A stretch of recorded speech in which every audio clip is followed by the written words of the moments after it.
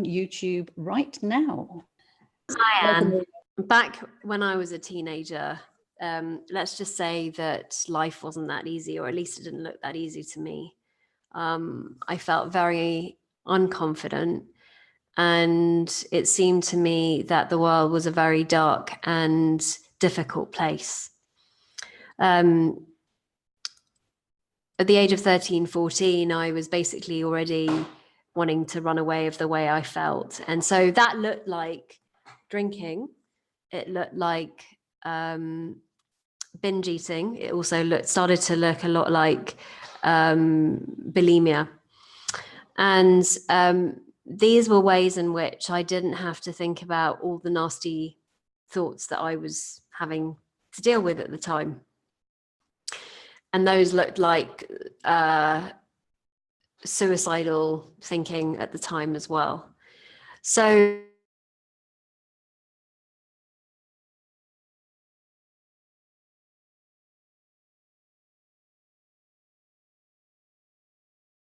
expectations of what this new school was going to bring and the kind of person that I would be, and it didn't really pan out that way.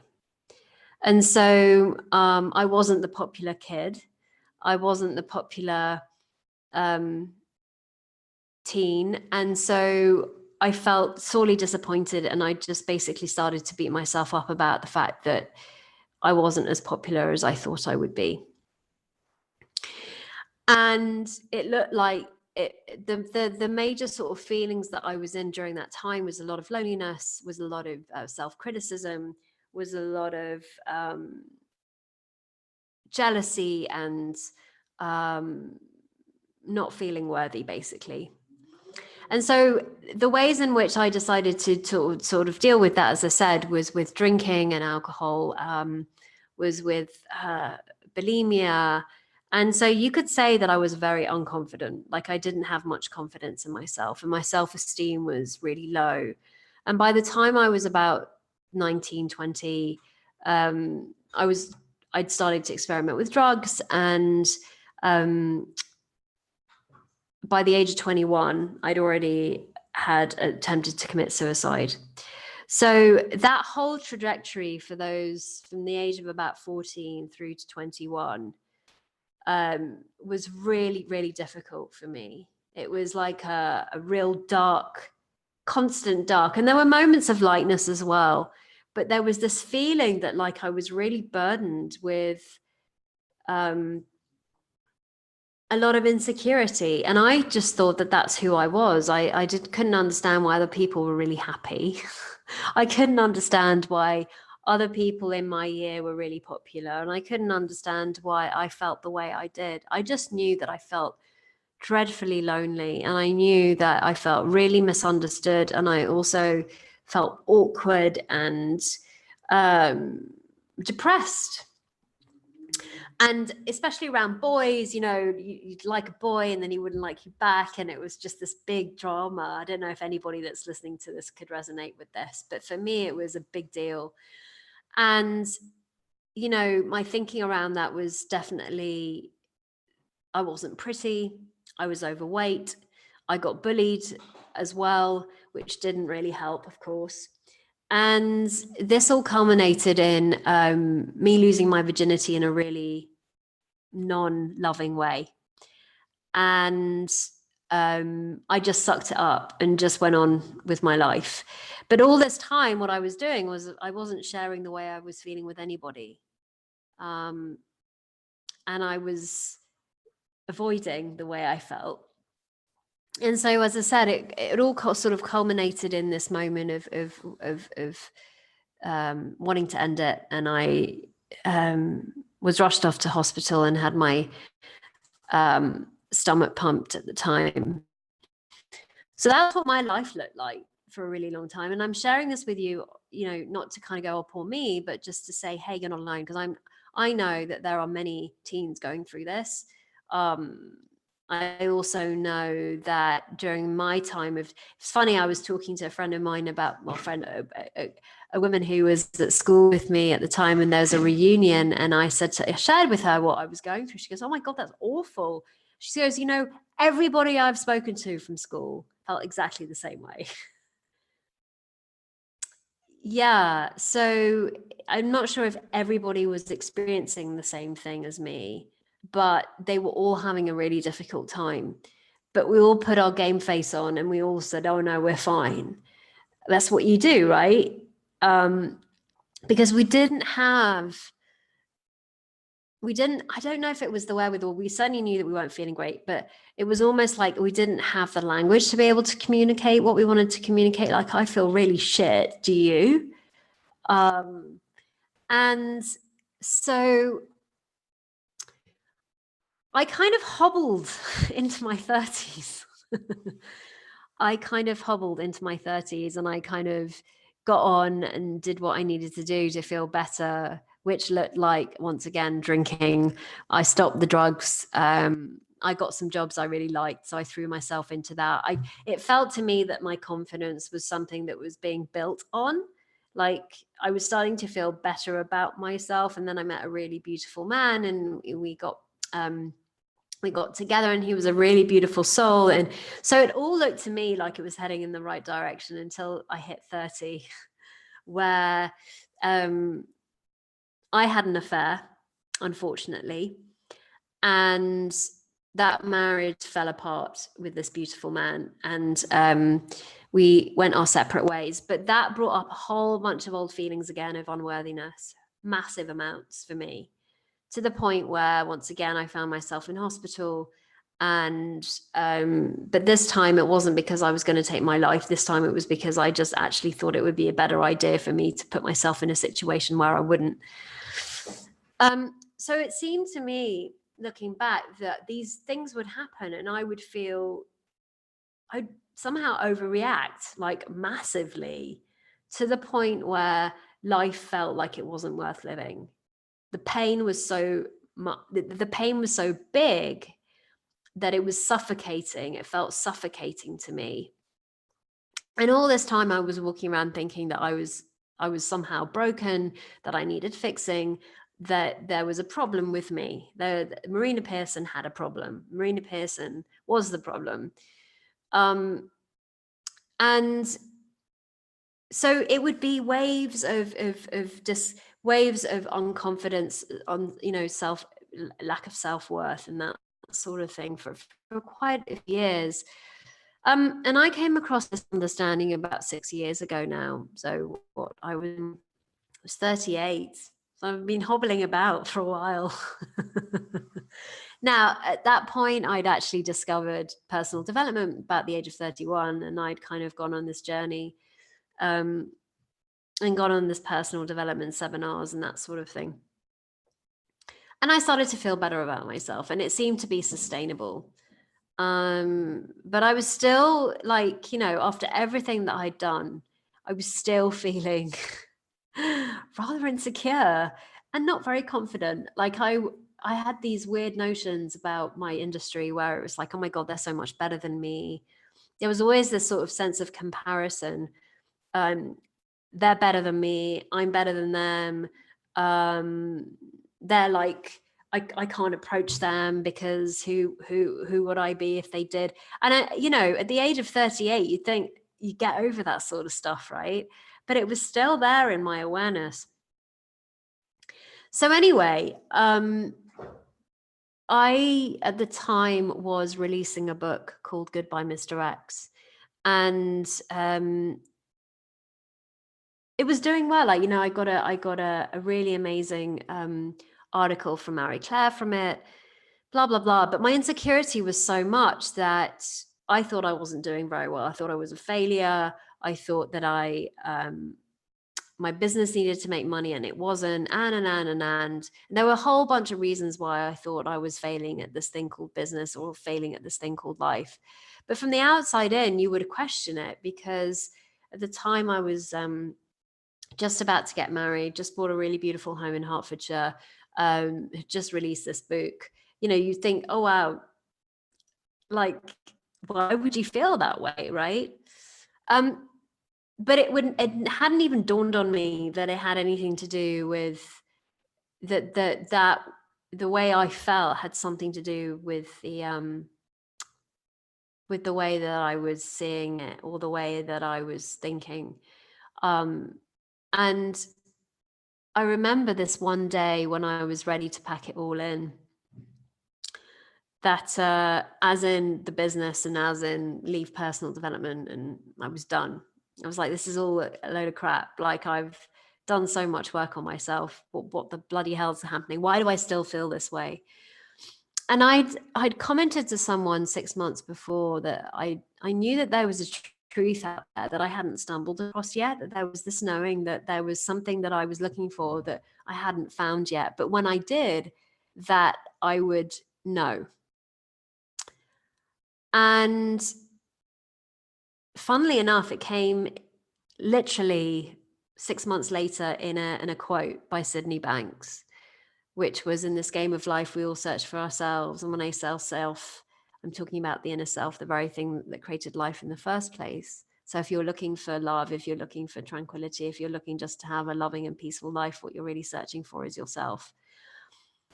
Now, I saw that on Facebook, and can't even remember whether I went ooh or or I went oh, and then just went about my day. And I actually got more curious about the person that put it up there, which was Jamie Smart. And I was like getting really upset because he was just launching his book and it was doing really well. And it just created a whole bunch more of insecurity for me. And I started to get curious about, I don't know, like, it seems to be all of a bit of a blur. But I remember the whispers saying to me, you're going to spend a lot of money with this guy. I'm like, no, I can't, because I've said I'm done. I'm not doing any more personal development.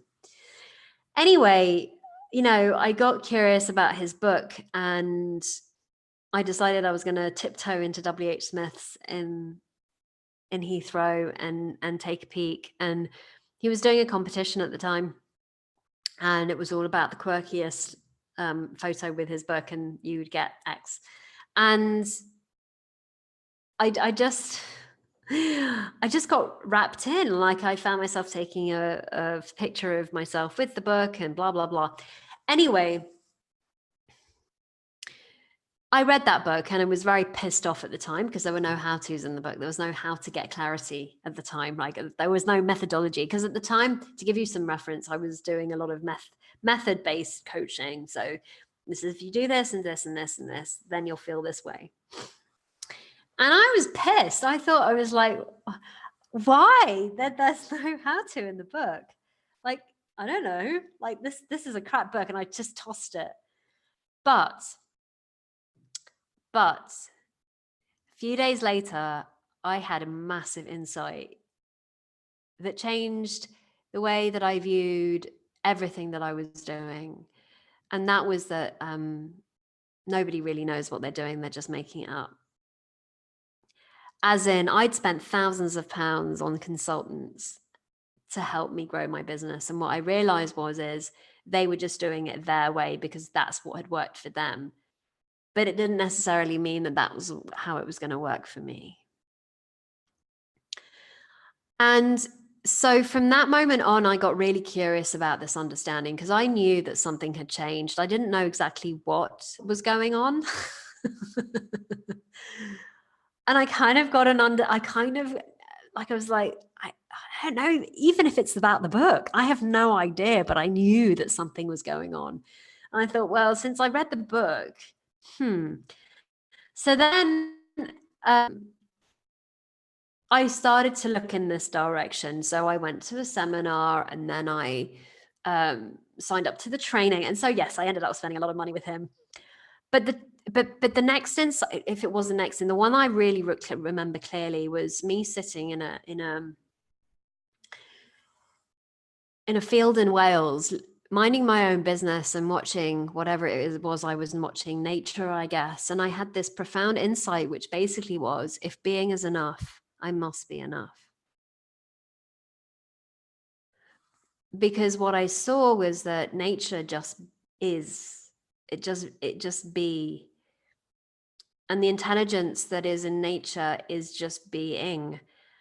And I was like, oh, this doing thing that I'm in so often, I keep thinking that I have to do to be enough.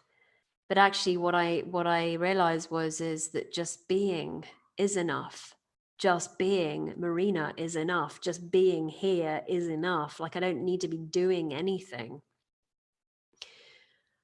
And so that did a lot for me in terms of my, what could be, I didn't even want to call it self-confidence, self-esteem, because the self is just this made up word, this made up character in our heads. Like, if someone says, who are you? It's like, I'm Marina. And it's like, but Marina changes from moment to moment. But there is something constant.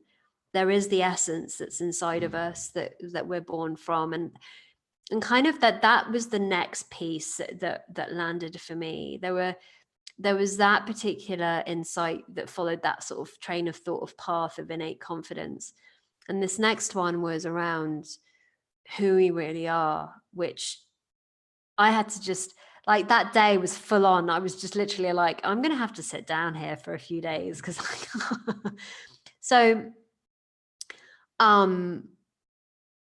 there were 3 insights that pointed me into this innate confidence, which is that we are confidence when our head clears. Like, it's always there. Confidence isn't something you get, it's something that you are and experience when your head clears. And that's always there. It's a bit like the sun behind the clouds analogy, but it's always there. It's not something you have to work for. So the second one was when I was lying in bed, morning sickness with my son.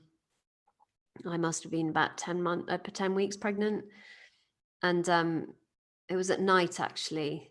And I just had this weird thought that came into my head, which was like, who is Marina when she's not out there doing stuff, when she's not out in the world being known or showing up? And what I heard really kind of surprised me. It was, you are. So I kept waiting for I'm like, I am what? Like, what's the next bit of the story, right? Like, but nothing came. And then that was the second realization, which was, oh, there is nothing after it. Because everything I add after that is just another construct. It's just another belief system. I am this, I am that. All of that is just made up. They're just names we give to things or roles or feeling state, but it's not who we really are. And that really fundamentally was like, oh wow, okay, so I'm not all these things that I think I am. I'm not even the I that I make up in my head. I'm the thinker of those thoughts. And who that is, once again, goes back to this next story.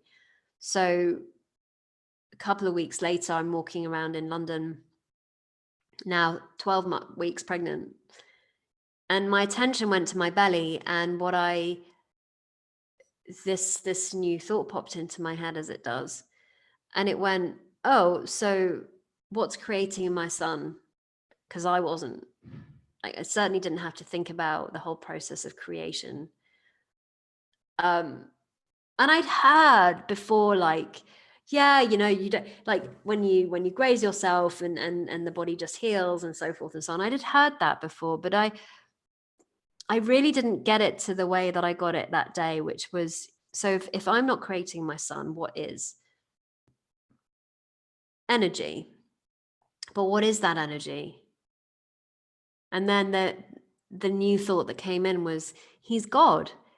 And not God sitting, you know, like we do on the Bible, but God that created everything, the universal, call it what you like, universal energy, universal intelligence, the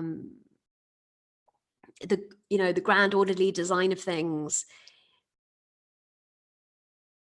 And then in that moment, it was like, well, if he's God, then oh, wow, we're all God. Oh my God, we're all connected. Oh my God, we're all one. Oh my, and it was literally like this whole flood of like, oh my God, yeah. So I had to sit down like literally I was walking to a friend's house, and I was like, I just have to sit down for a bit here.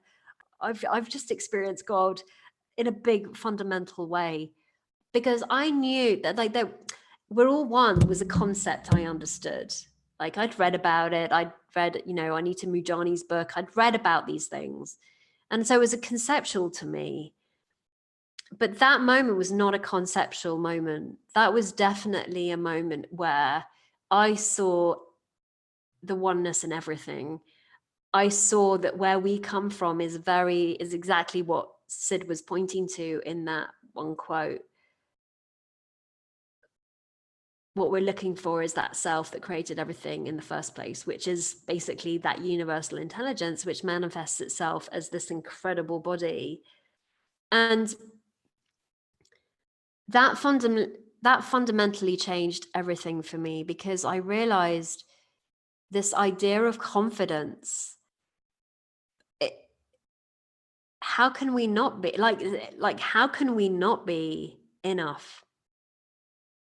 Like, I don't question nature and its enoughness. I don't question the intelligence that runs through nature and its enoughness, because I know that there is a huge intelligence in nature. And I'd never seen that we come from that same intelligence that creates everything. And so that really did something for me, and it does something to my clients, and it definitely, like, the way I see my son, it has completely shifted the way I see him, because of course he's God too. So he has his moments of insecurity as I do, but they're fleeting and it's not who he is. So it's all good. I can't fuck him up, which is a massive relief. Well, really, like, what a relief, right? Because I know a lot of mums, and for you teens that are watching this, I know that maybe your parents think that they fucked you up. But your parents can't fuck you up, because your thinking is transitory and it's not who you are. And who you really are cannot be touched by the outside world. So it's a huge relief and takes a massive burden off any caretaker or anyone that thinks that their parents fucked them up, because it's a great way for us to think that I am this way because of my parents. But it's not true, because you can have two people living the same experience and experience it completely differently.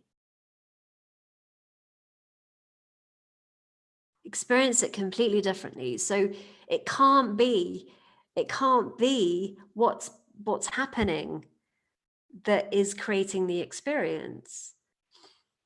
And so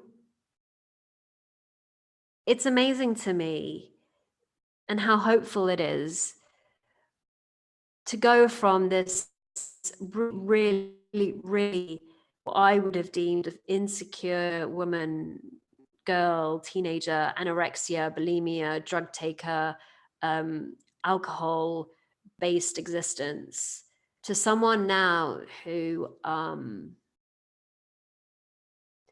lives pretty much most of her time in a place of love and understanding. Now, that's not to say that it happens all the time, because that would be lying. It's not true.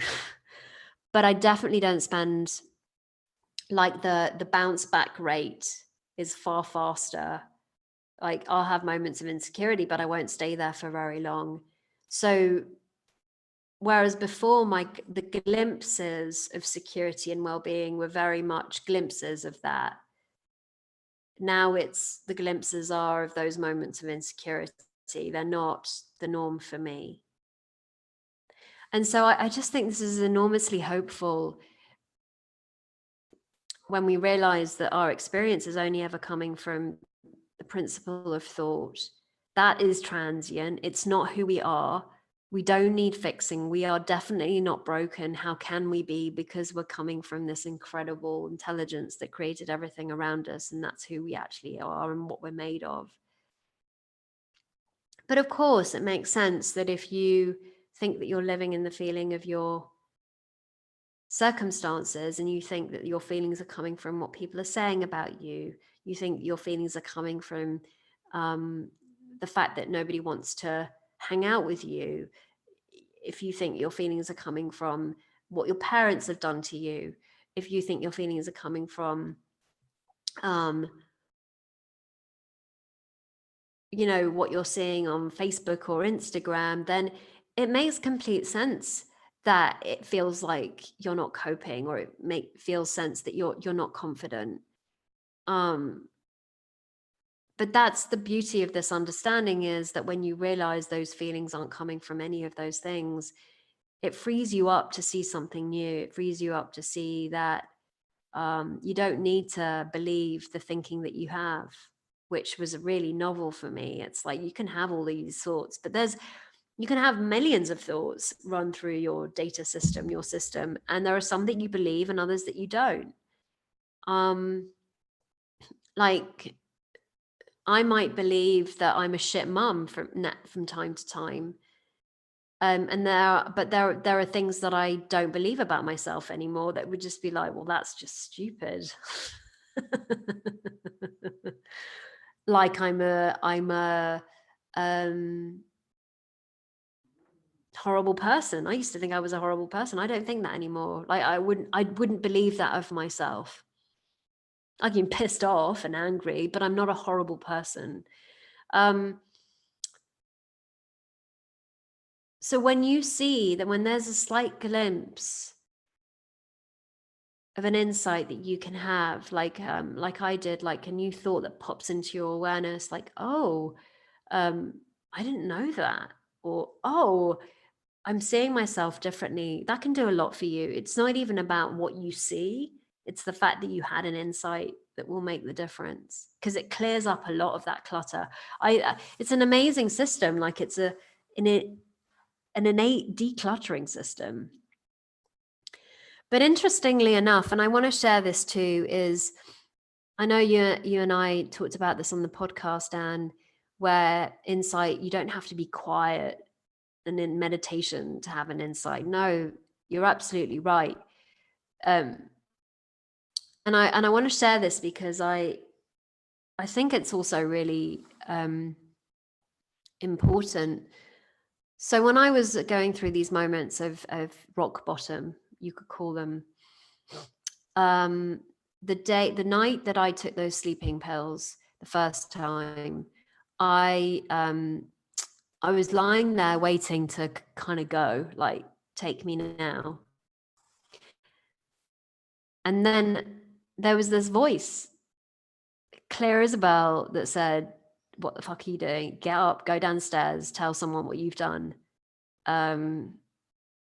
Ring the ambulance and go to the hospital right now. It was clear. Like the instructions were like, do this, do that, go downstairs. This is what you need to do next. This. I was like, okay. And I didn't realize until years later that wisdom was telling me what I needed to do in that moment to get myself safe. The next time that I'd heard it, I'm sure I heard it many, many times, but the next time that I can remember in one of those really dark moments was when I'd admitted myself into the Beth Israel Hospital in New York City. And I don't know how many hours I had been sitting there to kind of wait for the doctor to see me, to give me some sort of sedative or whatever. Anyway, I walked in, I sat down, and he said, so Ms. Pearson, I hear that you've been having suicidal thinking. And I said, yes, I have. And I wanted to come here for you to give me something to calm me down. And he said, well, you do realize that until we deem you sane enough, we can't have you leave. And what I understood from that later on is if they think that you're going to commit suicide, you're now their responsibility. They're not going to let you out until they actually know that you're okay. They're not going to go, yeah, here's a sedative, bye, and then find out a few days later that you've actually committed suicide, right? And I was like, oh my God. At the time, imagine I was literally in a state of shock. My first husband had decided he wanted to have out, rightly so, that was his decision. And I thought my securities of well-being and security came from being in a relationship with him. So when that was taken away, my world came crumbling down, or it felt that way to me. And so I was dealing with so much pain that once again it was super overwhelming for me. And I'd been drinking a lot, you know, and smoking a lot, and it got to the point where I couldn't even focus. Like my hands would shake. I was looking at my phone and attempt to like, what am I doing? And like, I was not centered. I was definitely not grounded. I was all over the shop. And I walked into the practice, I went into his office just like that. And when I realized what he was saying to me, that literally they could put me in the psych ward and throw away the key until I was okay, I suddenly once again had this moment of massive clarity. Same voice. She's rather rude, by the way. You know, wisdom doesn't necessarily show up being nice to you. She sometimes needs to give you a kick out the fucking ass. And then she did, right? She said, sober the fuck up and get out of here. Tell him that you have your therapist, call her up, tell him that you're okay, blah, blah, blah. 20 minutes later, I was out of there. Once again, I didn't realize that was wisdom until many years later, when I'd realized, oh my God, wisdom doesn't have to show up when you are calm and rested. It can show up, and it does show up actually. And I've spoken to people about this when they've hit rock bottom, that they too have heard a voice. They too have heard something. They too have had an epiphany, or that would suggest that it's with us 24/7. That would suggest that insight and wisdom is there all the time. It also would suggest that we don't actually have to do hours of meditation to access it. I don't know about you, Anne, but I get my best ideas, or I have insights when I'm on the loo, or in the shower, or sitting at the table. I really, like, it comes when it comes. Like, I had a beautiful one yesterday, which is, everything is here for our joy, even my son. That was very new for me, because my role as a mother sometimes doesn't look very joyful. So yeah, like, how can confidence not be innate? Look at kids, they're born that way. I mean, I look at my son and it's like, wow. Like, he'll go up to anybody because he's so in the moment. He's like, hi, Aces, hello, hi, everybody. Hi. Now, of course, we all have different personalities, right? But when we're in that joy, and we've all had it, like, if we think back to when we were kids, we had those moments of joy, unadulterated joy, like, oh my God, like a balloon type pop joy, or let's blow bubbles type of joy. That type of joy, that hasn't gone anywhere. And I know you may think it has because you don't feel it. And it's been clouded. But I promise you that feeling of joy and peace and contentment hasn't gone anywhere. It's still there inside of you. Yeah. But of course, like, if we think we can find it in drugs, if we think we can find it in sex, if we think we can find it in being in relationships with people, that's what we'll do. We'll go and see if we can find it there. I know I've done it, and carry on doing so. Not with the drugs piece or the alcohol piece, but certain relationships. Yeah, I get mixed up about that from time to time. I think, oh, this is giving me joy. Oh no, it's not. Like, we stay in relationships way too long because we think if we don't we're not in them, we'll be unhappy. But that's just not true, because joy isn't something you get. It's something you are already. I don't know. Do you have any questions, Anne? No, I'm just completely stunned. That was fantastic. Thank you. There's and really moved as well. So it's Robert. Robert is here, and just to ask, in case Robert has any questions or comments, or I know he might not have caught the first part of it, but it was definitely worth listening to the whole thing. It was. I don't think there's anyone else asking questions or making comments, and I certainly don't want to make any or ask any, because I just think that was just lovely on its own.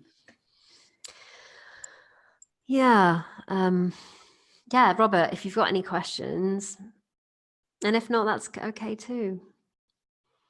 Yeah. So let me just check on YouTube as well while I'm doing it. And oh, he's saying something now. There we go. Will this also be available for replay? Yes. Yes, it will. Definitely. It'll be, as soon as we've finished, it's already on YouTube, on the Secret of Everything channel. So it's already being recorded on there. So it'll already be there as soon as we've finished here. And I did definitely watch the whole thing, Robert, because it's fantastic. And this is such a good start to Mental Health Awareness Week. I think that is just perfect. So there is something else I wanted to share, which is, yeah, thanks, Robert. Yeah, definitely. They were very nice insights, and they did a lot for me. And I guess any insight we have can do a lot for us, and even the ones we don't even know that we're having, because we're constantly having them. We just don't know, right? But there is confidence in skills, right? Like there is. So there's a distinction here, I guess, between the innate confidence that we come to life with, like the confidence that we are. And then, if I want to play the guitar, at the beginning, it's going to be a bit like, how the hell do I do this? I'll be like, oh no. But one thing I will say is this. So, we've got that sort of confidence playing a skill, right? And what's interesting to me, as I realized, is when our head's more quiet, it's easier for us to learn a new skill because we're less in our head about it. So while we might have to acquire confidence in terms of the way that we do something, in the sense of like, I don't know how this works, it doesn't mean that we can't come to it with confidence. As in, we can come to something quietly, even if we don't actually know what the hell we're doing. Yes, which makes total sense, because the more you're thinking, oh, how do I do this? And the more we know that makes it more difficult to do. Everybody's had that experience. And the other thing is this, like, if someone's watching this and they're going, yeah, but I feel really nervous or unconfident when I do something and I shy away from it, I would say do it anyway, regardless, because you can actually do something really well, regardless of how you feel. Yeah. Like I do motherhood pretty well, regardless of how I feel. I think, maybe. Yeah. There are some days when I'm doing this, when I think, oh, and then I get on with it, and it's like, oh, this is really great. I'm really enjoying it. Yeah. You never know. And you don't know until you do it. It's only a thought that says I can't do it. But I would definitely say this and leave you with this is, if I could go back to that stretch of teenagerism, it's not even a word, but if I could go back and have one thing that would have been really helpful for me to have known, is to not have taken my thinking seriously. That I didn't need to believe everything that I was thinking. because I would say that all of it wasn't true.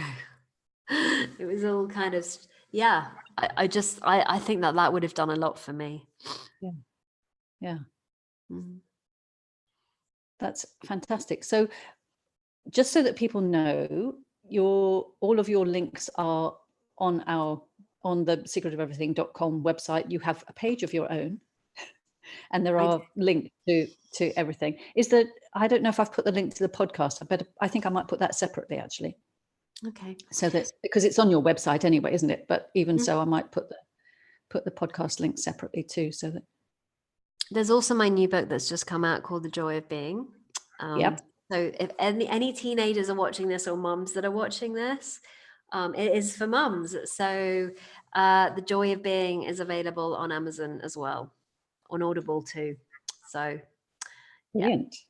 Brilliant. So we'll put links for all of that too. So that's really been fantastic. Thanks so much, Marina. That's just really started my week off so well. Thank you. You're so welcome. Okay. So thanks very much, Robert, for being here, and anyone else who's in, anyone else, and there will be more coming. And I will be seeing you again soon, I'm sure, Marina. Thanks very much. Right. Bye everyone. Thank you.